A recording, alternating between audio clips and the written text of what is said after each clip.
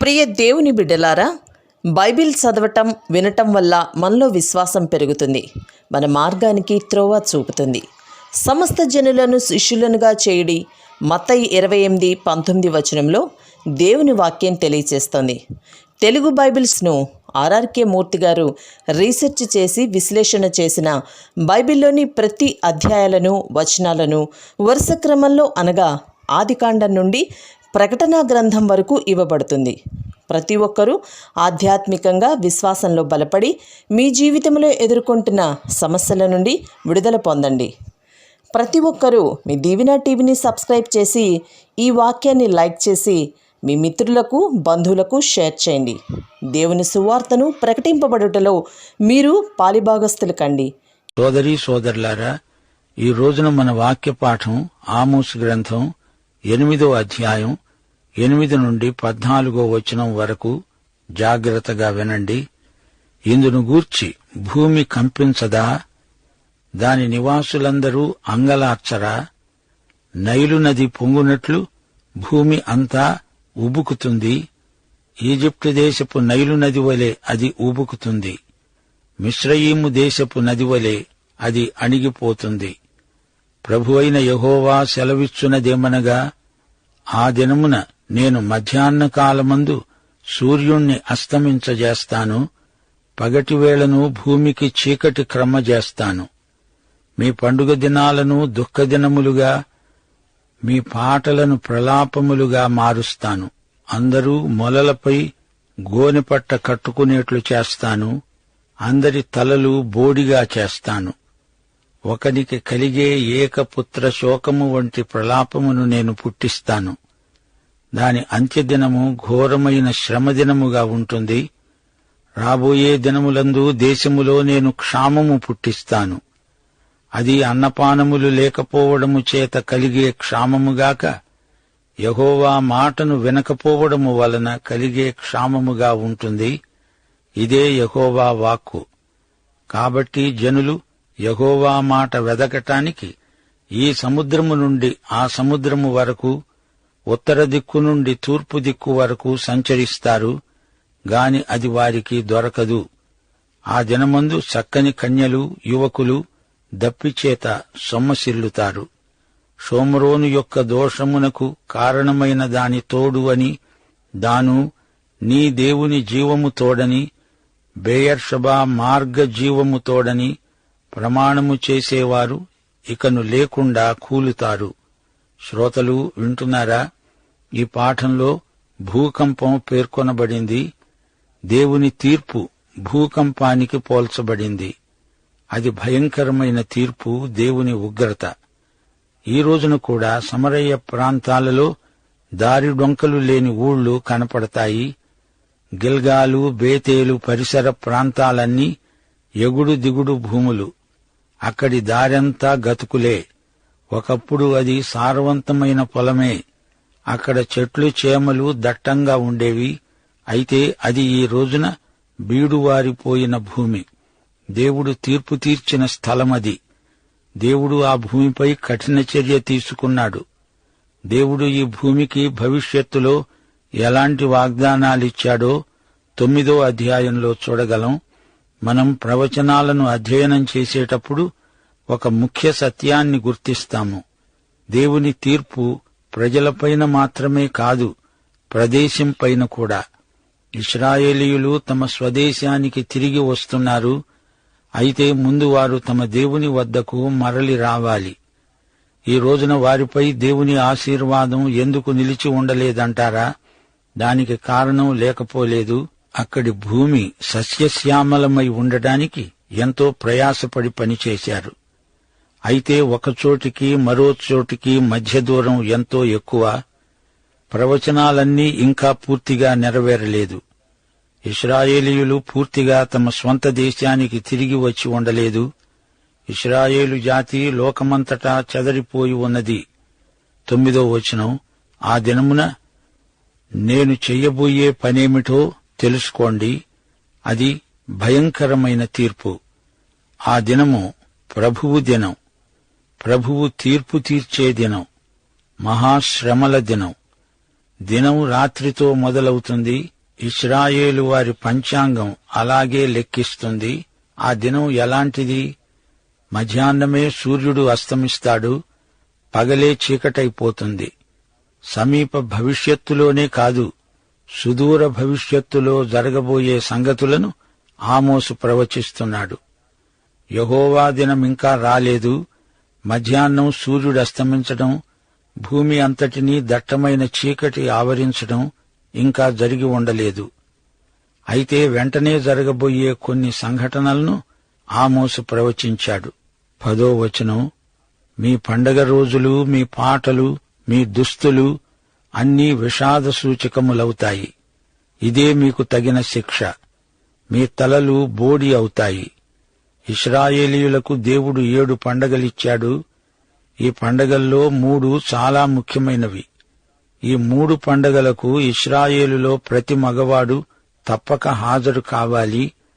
పండుగలలో వారెంతో ఉత్సాహాన్ని ప్రదర్శిస్తారు, దేవుణ్ణి స్తుతిస్తారు, బలులర్పిస్తారు. దేవుణ్ణి అందరూ మహిమపరుస్తారు. కాని వీరు పండగలైతే చేస్తున్నారు గాని అందులో దేవునికి మహిమ కలగటం లేదు. ప్రజలు ఆ పండగలలోని పరమార్థాన్ని పాడు చేశారు. అందుకే దేవుడు వారి సంతోషాన్ని విషాదంగా మార్చబోతున్నాడు. దేవుని చిత్తానికి విరుద్ధంగా వారు చేస్తే దేవుడు వారి కార్యక్రమమంతటినీ విషాదమయంగా మార్చేశాడు. వారికి తగిన శాస్తి చేయడానికి దేవుడు పూనుకున్నాడు. దేవుని ఉగ్రత వారిపైకి తీర్పు రూపంలో వచ్చింది అంటే అదంతా విషాదమయం. అది సంతోషం కాదు. అవి హర్షధ్వానాలు కావు, హాహాకారాలు. సంగీతం దేవుణ్ణి మహిమపరిచేది అయి ఉండాలి. ఊరికే గావుకేకలు ఎలాంటి సంగీతం? పాట పాడతారు, నాట్యమాడతారు, అందులో ఒక సందేశమూ లేదు, సరైన సాహిత్యమూ లేదు.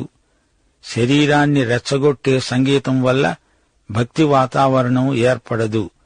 వినోదం అనుకుంటున్నారు గాని దేవుడు దానిని విషాదంగా మారుస్తాడు.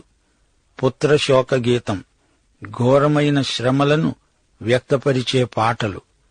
ఆ అంత్య దినాలలో వారికి చెప్పరాని శ్రమలు. రాబోయే దినాలలో వారికి విచిత్రమైన కరువు ప్రాప్తిస్తుంది. దేవుడు వారికి తన వాక్యమిచ్చాడు. అయితే వారు దానిని తిరస్కరించారు. అందుకే వారికి కావాలన్నా వాక్యం దొరకని రోజులు రాబోతున్నాయి. అది వాక్య క్షామం. ఏ సంఘమైనా, ఏ జాతి అయినా, దేశమైనా దేవుని వాక్యాన్ని నిరాకరిస్తే భయంకరమైన శిక్షను దేవుడు పంపటం న్యాయసమ్మతమే. దేవుని వాక్యానికి, వాక్య ప్రమాణానికి దూరమైపోయిన వారికి దేవుడే దూరమవుతాడు. జాగ్రత్త. దేవుని వాక్యము లేని సంఘాలలో ఆకర్షణ ఏముంది? బైబిళ్లు చాలామంది దగ్గర ఉన్నాయి. కాని ఎంతమంది క్రమబద్ధంగా బైబిలు చదువుతున్నారు చెప్పండి? అలాగైతే త్వరలో దేవుని వాక్యమే కరువైపోతుంది. తీరా కరువు వచ్చాక వారికి వాక్యం దొరకదు. అదే వాక్య క్షామం. దేవుని వాక్యం వినకపోవటం వలన వచ్చే కరువది. బైబిలు గ్రంథాలు అందరికీ ఉంటాయి గాని అందరి సందేశాన్ని గైకొనరు, జీవించరు, బోధించరు, ఆసక్తి చూపరు, ధ్యానించరు. దాన్ని జీవితాలకు అన్వయించుకోరు. ఇది వారికి కరువై వారిని బాధిస్తుంది. రాను రాను ఆ వాక్యమే దొరకకుండా పోతుంది. జాగ్రత్త. యెహోవా మాటను వెదకటానికి సముద్రాల మీద నలుదిక్కులకు పరిగెడతారు గాని అది దొరకదు. కరువొస్తుంది. విందామన్నా చెప్పేవారు ఉండరు. అంతవరకు దేవుడు వారికి ఎందరో ప్రవక్తలను పంపించాడు, వాక్యం చెప్పించాడు. ఇప్పుడంతా బంద్ అయిపోయింది. వాక్యం వెదికినా దొరకకుండా పోయింది. పైగా ప్రవక్తలను హింసించారు. వారి పట్ల ఎన్నెన్నో ఘాతుకాలు చేశారు. దీర్ఘశాంతముతో మౌనిగా ఉన్న దేవుడు ఇప్పుడు కఠినమైన తీర్పు వారి మీదికి రప్పించాడు. ఇక దానికి తిరుగులేదు. మాకు వాక్యం లేదు, కరువొచ్చింది అంటూ అనేక చోట్ల సంఘస్థులు వాపోవడం వినపడుతోంది. ప్రియ శ్రోతలు, వాక్యం ప్రకటించాల్సిన రోజులివి. విత్తనాలు చల్లాల్సిన కాలమిది. సువార్త అందరూ వినేటట్లు చూడాలి. ఏ పద్ధతైనా వాడండి, పర్వాలేదు, గాని వాక్యం ప్రకటించి తీరాలి. లేకపోతే అది దొరకని కరువు దినం వస్తుంది, జాగ్రత్త. ఒక రోజు రాబోతోంది, చక్కని కన్యలు, యువకులు వాక్యం కోసం దప్పిగొన్నవారై శోషకొచ్చి సొమ్మసిల్లి పడిపోతారు. వాక్యమో వాక్యమో అని అలమటించిపోతారు. వాక్యాహారము లేక వందలు వేల ప్రజలు ఆక్రందన చేస్తారు. యువకులు రాబోయే తరానికి నాయకులు కావలసిన వారు. వారికి వాక్యం దొరకని కరువు రోజులొస్తాయా? ఎంత భయంకరం! 14వ వచనం. సమరయ్యలోని పాపం ఏదో దాని పేరు చెప్పి ప్రమాణం చేసేవారు అంటారు, ఓ దాను, నీ దేవుడు సజీవుడు, బెయర్షబా విధానాలు ఇంకా సజీవంగానే ఉన్నాయి. చూచారా? సమరయ్య పాపం అంటే అక్కడి లేగదూడ విగ్రహం. అది బేతేలులో ఉంది. రెండో లేగదూడ విగ్రహం దానులో ఉంది. బెయర్షబాలో మరో విగ్రహ పూజా కేంద్రం ఉన్నది. వీటి మీద దేవుని శాపం నిలిచి ఉంది. అక్కడి ప్రజలకు ఈ విగ్రహ దేవతల పేర్లు చెప్పి ఒట్టు పెట్టుకోవడం అలవాటు. ఈ మాటతో ఈ అధ్యాయం ముగిసింది. ఈ విధంగా ప్రమాణం చేసేవారు ఇక లేవకుండా కుప్పకూలిపోతారు. సోదరీ సోదరులారా, ఈ అధ్యాయంలోని సందేశాన్ని గుర్తించారా? పాత నిబంధన కాలంలో ఇశ్రాయేలుకు చుట్టూరా ఉన్న జాతులన్నిటిలో విగ్రహారాధన జరిగేది. వివిధ రూపాలలో విగ్రహాలను ఆరాధించారు. దేవతా స్తంభాలను నెలకొల్పారు. దేవుడు గిద్యోనుతో అన్నాడు, నీ తండ్రి కట్టిన బయలు యొక్క బలిపీఠమును పడగొట్టు, దానికి పైగా ఉన్న దేవతా స్తంభాన్ని నరికివెయ్యి. నా స్తంభాన్ని విరగ్గొట్టావా అని బయలు వాదిస్తే దానికి యెరుబ్బయలు అని పేరొచ్చింది. ఈజిప్టులో సూర్యుణ్ణి, నైలు నదీ దేవతను పూజించారు. జీవమును, సంతానోత్పత్తిని సూచించే దేవతా విగ్రహాలున్నాయి. చిన్న బిడ్డలను విగ్రహాలకు బలి ఇచ్చారు. సర్పపూజ కూడా ఉండేది. ఇశ్రాయేలీయులు విగ్రహారాధన చేయకూడదని దేవుని ఆజ్ఞ. దేవుని వాక్యంలో విగ్రహం అనేది ఒక మనస్తత్వం, దేవునికి విరుద్ధమైన వైఖరి, దేవునికి భిన్నమైన వాటిని ప్రేమించటం అనే ఉపమానాలతో వివరించబడింది. విగ్రహములు చేసేవారు సిగ్గుపడాలి. ఒకడూ మిగలకుండా అందరూ కలవరపడతారు. మనుష్యులను ప్రేమించు, వస్తువులను వాడుకో, దేవుణ్ణి ఆరాధించు అని దేవుని ఆజ్ఞ. అయితే విగ్రహారాధన మనస్తత్వం అంటుంది, వస్తువులను ఆరాధించు, మనుష్యులను వస్తువులుగా వాడుకో, దేవుడు లేడు, ప్రేమ లేదు. రాహేలు తన తండ్రి ఇంటి నుండి గృహదేవతా విగ్రహాలను దొంగిలించి తెచ్చింది. ఈజిప్టులో ఉండగా యూదులు అన్యుల దగ్గర విగ్రహారాధన నేర్చుకున్నారు. ఈజిప్టులో 10 తెగుళ్లకు 10 విగ్రహ సంకేతాలున్నాయి. సంఖ్యాకాండం 33వ అధ్యాయం 4వ వచనం. ఈజిప్టు దేవతలకు యెహోవా తీర్పు తీర్చాడు. ఈజిప్టు నుండి తమను తెచ్చిన దేవుణ్ణి కాదని మాకొక విగ్రహాన్ని చెయ్యమని వారు అహరోనును వేడుకున్నారు. అదే బంగారు లేగదూడ. విగ్రహారాధన నిషిద్ధం అనేది దశాజ్ఞల్లో 2వ ఆజ్ఞ. యెహోవా ఆరాధనను, విగ్రహ పూజను కలిపి ఇశ్రాయేలీయులు గొప్ప పాపం చేశారు. మోషే మనుమడు యోనాతాను విగ్రహ పూజారి అయ్యాడు. షిలోహు అంతా విగ్రహమయమైపోయింది. సమూయేలు విగ్రహారాధనను మానండని ప్రజలను ఎంతగానో హెచ్చరించాడు. సొలొమోను రాజు విగ్రహారాధనతో రాజీ పడ్డాడు. సొలొమోను భార్యలందరూ విగ్రహారాధికులు. సొలొమోనుకు ఒక అమ్మోనీయురాలికి పుట్టిన కొడుకు బరితెగిన విగ్రహారాధికుడయ్యాడు. ఇతడే రెహబాము. ఇతని తల్లి నయమ. బేతేలులో, దానులో బంగారు లేగదూడను నెలకొల్పిన అపఖ్యాతి ఇతనికే దక్కింది. యెరూషలేముకు వెళ్లవద్దు, బేతేలు, దాను, బెయర్షపాలలో ఉన్న లేగదూడ విగ్రహాన్ని పూజించుకోండి, ఇది మీకు చాలు అని వారిని పెడతో పట్టించినవాడు యరొబాము. యరొబాము తరువాత వచ్చిన ఉత్తర రాజ్య పరిపాలకులు ఒక్కొక్కడు ఒక్కొక్క రీతిగా విలక్షణమైన వైఖరి గలవాడే. వారిలో అహాబు ఒకడు. అతని భార్య యెజెబెలు సీదోనీయురాలు. ఈమె సమరయ్యలో బయలుదేవతకు పెద్ద బలిపీఠం కట్టించింది. యెహోవా ప్రవక్తలను ఎందరినో హతమార్చిన కిరాతకి యెజెబెలు. అప్పటి నుండి ఇశ్రాయేలు ఉత్తర రాజ్యం బయలారాధనతో ముడిపెట్టబడి ఉంది. ఏ రాజు ఈ అపభ్రంశాన్ని ఖండించలేదు. దక్షిణ రాజ్యమైన యూదా కొంత నయం. హిజ్కియా చాలా వరకు విగ్రహాలను తొలగించాడు. ఇంతలోకే యూదాకు బబులోను చెర ప్రాప్తించింది. యోషియా విగ్రహాలను కొంతవరకు తొలగించాడు గాని పూర్తి సంస్కరణ జరగలేదు. 2 దినవృత్తాంతములు 34 33 చెరకుపోయినా వారిలో జాతిపరంగా పరివర్తన రాలేదు. బబులోను నుండి ఎజ్రా యెరూషలేముకు వచ్చి చూస్తే పరిస్థితి ఎంతో అధ్వాన్నంగా కనిపించింది. మిశ్రమ వివాహాల వల్ల జాతికి సాంకర్యం వచ్చింది. ఎజ్రా 9 అపవిత్రత, అసహ్యకరమైన చేష్టలతో దేశం నిండిపోయింది. ఆ తరువాత 200 సంవత్సరాలకు అంతియోకస్ ఎపిఫనెస్ అనేవాడు యూదామతాన్ని అంతమొందించి వారికి గ్రీకు సంస్కృతిని నేర్పాలని చూచాడు. కొత్త రకపు విగ్రహాలను రవాణా చేశాడు. అప్పుడే మెక్కాబీయుల యుద్ధం మొదలైంది. ఇంతకు ఈ విగ్రహారాధనలోని విశేషమేమిటి?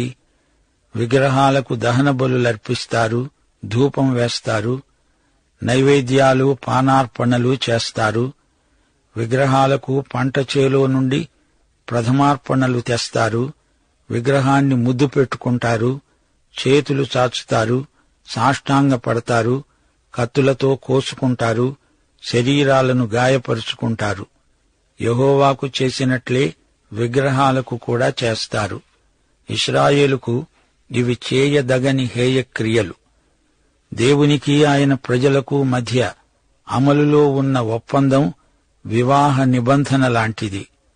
యిర్మీయా 3:14 భ్రష్టులైన పిల్లలారా, తిరిగి రండి, అటూ ఇటూ చెడతిరిగి నాకు దూరం కాకండి. యెషయా 54:5 నిన్ను సృష్టించినవాడు నీకు భర్త. విగ్రహారాధన ఆధ్యాత్మిక వ్యభిచారానికి పోల్చి చెప్పబడింది. ఇశ్రాయేలు దేవుడు పౌరుషము, రోషము గల దేవుడు. కొత్త నిబంధనలో అక్షరార్థంగా విగ్రహారాధన అంతగా పేర్కొనబడలేదు. విశ్వాసులు భౌతిక విగ్రహాలకు దూరంగానే ఉన్నారు. అయితే ఆధ్యాత్మిక విగ్రహాలు, మానసిక విగ్రహాలు ఉన్నాయి, జాగ్రత్త అని ప్రభువు హెచ్చరిక చేశాడు. మత్తయి సువార్త 6:24 మీరు దేవునికి సిరికి దాసులుగా ఉండనేరరు. అనగా ధనమే మనుషులకు దేవుడైపోతున్నది. విగ్రహారాధన మానవుని భ్రష్ట స్వభావాన్ని చూపుతోందని పౌలు రోమాపత్రిక 1:18 నుండి ప్రబోధం చేశాడు. దేవుని వెలుగుకు వ్యతిరేకంగా మానవుడు చేసే పాపమే విగ్రహారాధన. సృష్టికర్తను కాదని సృష్టిని, సృష్టించబడిందాన్ని ఆరాధించటమే విగ్రహారాధన. మానవునికి దేవుడనుగ్రహించిన వెలుగు దేవుణ్ణి చూడడానికి, అంతేగాని వెలుగునే దేవుడని చెప్పి ఆరాధించవచ్చా? అలా చేస్తే దేవుడు ఆ వెలుగును తొలగించడం జరుగుతుంది. విగ్రహారాధన ఎంత ప్రమాదకరమో 1 కొరింథీ 5:11 గలతీ పత్రిక 5:20 చెప్పబడింది. సహోదరుడు అనబడిన వాడెవడైనా జారుడు గాని, లోభి కాని, విగ్రహారాధికుడు గాని, తిట్టుబోతు కాని, త్రాగుబోతు కాని, దోచుకునేవాడు కాని అయి ఉంటే అటివానితో సాంగత్యము చేయకూడదు, భుజింపనుకూడదు. చూచారా, విగ్రహారాధన మిగతా పేర్కొనబడిన పాపాల సరసన చేర్చబడింది. శరీర కార్యముల జాబితాలో విగ్రహారాధన చేర్చబడింది. జారత్వము, అపవిత్రత, కాముకత్వము, విగ్రహారాధన, అభిచారము, ద్వేషములు, కలహములు, మత్సరములు, క్రోధములు, కక్షలు, భేదములు, విమతములు, అసూయలు, మత్తతలు, అల్లరితో కూడిన ఆటపాటలు. పాత నిబంధనలోని విగ్రహారాధనకు కొత్త నిబంధన కొత్త భాష్యం చెబుతోంది. దేవుడు నీ హృదయ సింహాసనముపై ఉన్నాడు. ఆయనను తొలగించి ఆ స్థానంలో నీవు ఏది పెట్టినా అది విగ్రహారాధనే అవుతుంది. కొలసీ పత్రిక 3వ అధ్యాయం 5వ వచనం, ఎఫెసీ పత్రిక 5వ అధ్యాయం 5వ వచనం మీ హృదయాలపై ముద్రించుకోండి. భూమి మీదనున్న మీ అవయవములను అనగా జారత్వమును, అపవిత్రతను, కామాతురతను, దురాశను, విగ్రహారాధన అయిన ధనాపేక్షను చంపివేయండి. వ్యభిచారి అయినా, అపవిత్రుడైనా, విగ్రహారాధికుడై ఉన్న లోభి అయినా క్రీస్తు యొక్క, దేవుని యొక్క రాజ్యమునకు హక్కుదారుడు కాడు. ఆమోసు 8వ అధ్యాయం 14వ వచనం, విగ్రహముల తోడని ప్రమాణము చేసేవారు ఇకను లేవకుండా కూలుదురుగాక. పాఠం ఇంతటితో సమాప్తం. ప్రభు అయిన యేసుక్రీస్తు వారి కృప, తండ్రి అయిన దేవుని ప్రేమ, పరిశుద్ధాత్మ యొక్క అన్యోన్య సహవాసము మనకందరికీ నిత్యత్వము పర్యంతము తోడై ఉండునుగాక. ఆమేన్.